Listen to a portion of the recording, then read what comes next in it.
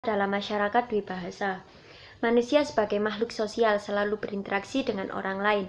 Komunikasi melalui bahasa memungkinkan seseorang dapat menyesuaikan diri dengan lingkungan sekitarnya.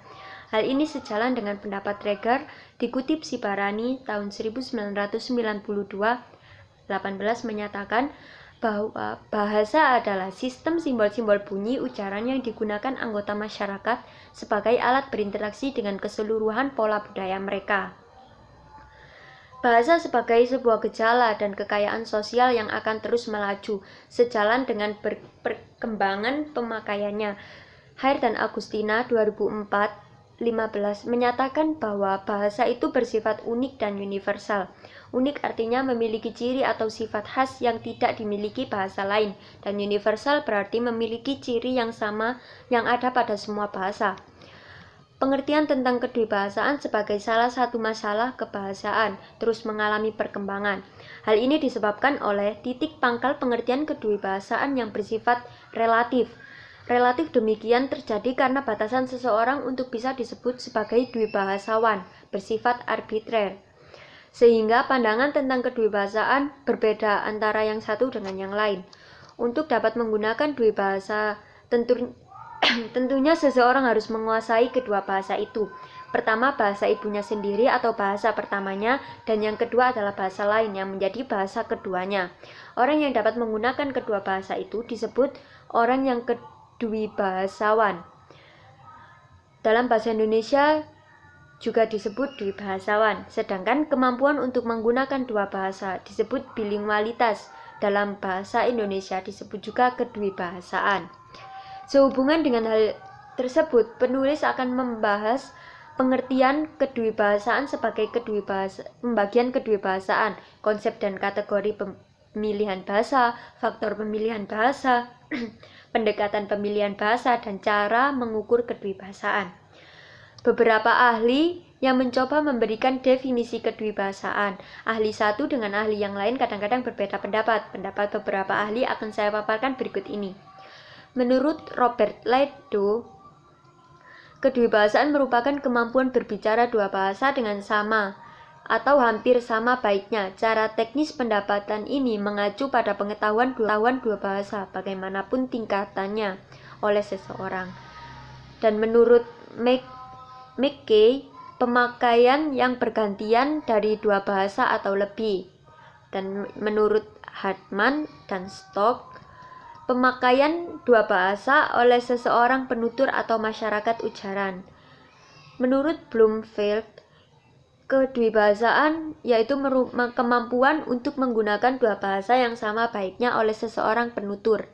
Dan menurut Hogan, kedwibahasaan yaitu dwibahasa atau mengetahui dua bahasa. Setiap ahli berbeda pendapat dan pandangan yang berbeda. Robert Ledo menekankan seseorang disebut dwibahasawan bila mereka memiliki kemampuan dua bahasa dengan sama atau hampir sama baiknya. Menurut McKay mengatakan bahwa seseorang disebut kedwibahasaan asal mereka melakukan pemakaian secara bergantian dua bahasa atau lebih. Menurut Hartman dan Stock menyatakan bahwa seseorang disebut dwibahasawan apabila terjadi pemakaian dua bahasa oleh seseorang penutur atau masyarakat ujaran. Dan menurut Bloomfield menekankan bahwa seseorang baru disebut dwibahasawan apabila mereka memiliki kemampuan menggunakan dua bahasa yang sama baiknya. Dan Hogan menekankan bahwa seseorang sudah dapat disebut dwibahasawan asal tahu dua bahasa. Saya akan melanjutkan pemaparan dari rekan saya. Kontak bahasa dalam masyarakat. Masyarakat Indonesia pada umumnya tergolong masyarakat dwibahasa. Mereka menguasai bahasa pertama, bahasa daerah, dan bahasa kedua. Bahasa Indonesia, sebagian kecil masyarakat multibahasa di samping menguasai bahasa daerah dan bahasa Indonesia, juga menguasai bahasa asing. Proses penggunaan setiap bahasa bervariasi sesuai dengan perkembangan pembangunan masyarakat Indonesia. Gejala yang berhubungan dengan terjadinya masyarakat dwibahasa salah satunya adalah kontak bahasa. Setiap bahasa yang bertemu dengan bahasa lain pasti terjadi kontak. McKay 1968 554 menjelaskan bahwa kontak bahasa adalah pengaruh bahasa satu kepada bahasa lain, baik secara langsung ataupun secara tidak langsung. Akibat terjadinya kontak bahasa bagi pemakai bahasa adalah sering timbul interaksi atau transfer. Interferensi atau transfer.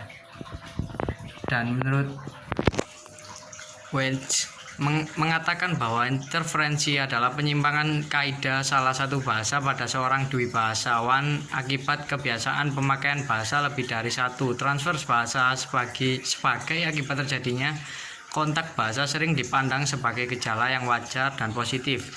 Djokovic 1969 menjelaskan bahwa transfer bahasa pada prinsipnya adalah bahwa pengalaman mempelajari sesuatu pasti akan berpengaruh pada proses belajar berikutnya. Djokovic menyebutkan adanya 5 unsur dalam dasar yang memungkinkan terjadinya transfer, yaitu kemampuan berbahasa pertama, kemampuan berbahasa kedua, adanya hubungan antara B1 dengan B2, keterlibatan B2 di dalam B1, dan keterlibatan B1 dalam B2. Lalu saya akan menjelaskan tipologi kedwibahasaan. Tipologi kedwibahasaan yang ada pertama Weinreich 1953 menunjukkan adanya 3 kedwibahasaan, yaitu A. Kedwibahasaan majemuk, B. Kedwibahasaan koordinatif, C. Kedwibahasaan subordinatif.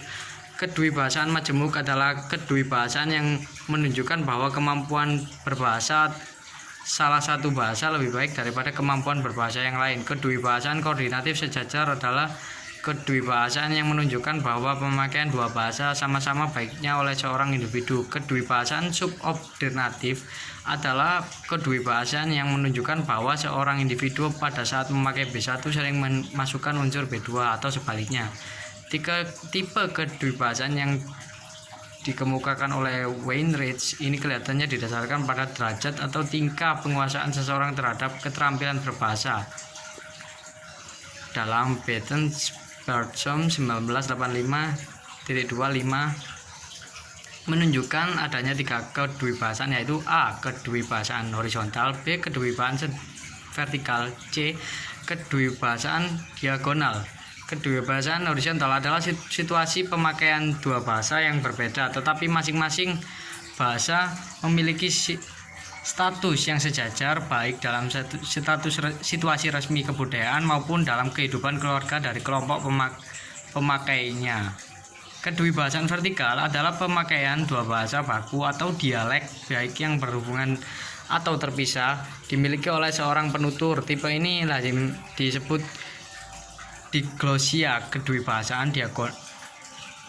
Lalu ketiga, kedwibahasaan diagonal adalah pemakaian dua bahasa atau dialek atau tidak baku secara bersama-sama, tetapi keduanya telah memiliki hubungan secara genetik dengan bahasa baku yang dipakai masyarakat saat itu. Arsenan mengklasifikasikan kedwibahasaan menjadi 2, yaitu A. Kedwibahasaan produktif dan B. Kedwibahasaan reseptif. Kedwibahasaan produktif adalah atau kedwibahasaan aktif, yaitu pemakaian dua bahasa oleh seseorang individu terhadap seluruh aspek keterampilan berbahasa. Kedwibahasaan reseptif atau kedwibahasaan asimetrik adalah pemakaian dua bahasa oleh seseorang individu yang hanya terbatas pada aspek-aspek membaca dan menyimak saja. Faktor-faktor kedwibahasaan. Adanya kedwibahasaan karena dipengaruhi beberapa faktor ekstern, yaitu pergaulan hidup di keluarga, pergaulan di masyarakat, serta kemajuan teknologi, komunikasi, dan transportasi. Sedangkan faktor intern yang mempengaruhi ragam kedwibahasaan seseorang adalah tahapan usia pemeroleh usia belajar bahasa kedua berdasarkan konteks, berdasarkan hakikat tanda dalam kontak bahasa, tingkat pendidikan, keresmian komunikasi, dan kesosialan. Lalu tipe-tipe pemeroleh kedwibahasaan. Kedwibahasaan mempunyai tipe dan klarifikasi dalam persebarannya, antara lain adalah tipe ketersebaran perorangan dalam masyarakat, karena jika seseorang berpindah dari satu tempat ke tempat yang lain atau tempat yang baru akan membawa dialek yang baru juga. Kedua adalah tipe horizontal dan vertikal, di mana suatu bahasa yang sama tetapi digunakan oleh penutur yang sama dalam kehidupannya sehari-hari untuk berkomunikasi dengan penutur yang berbeda. Ketiga, cara terjadinya tipe kedwibahasaan dapat dibedakan dari kedwibahasaan alamiah dan kedwibahasaan utama. Terakhir adalah tipe kemampuan memahami dan mengungkapkan suatu informasi yang diperoleh dari orang lain, baik secara aktif maupun pasif. Ya, mungkin itu saja pengertian kedwibahasaan dari kelompok 6. Jika kelompok 6 ada salah-salah kata, mohon maaf.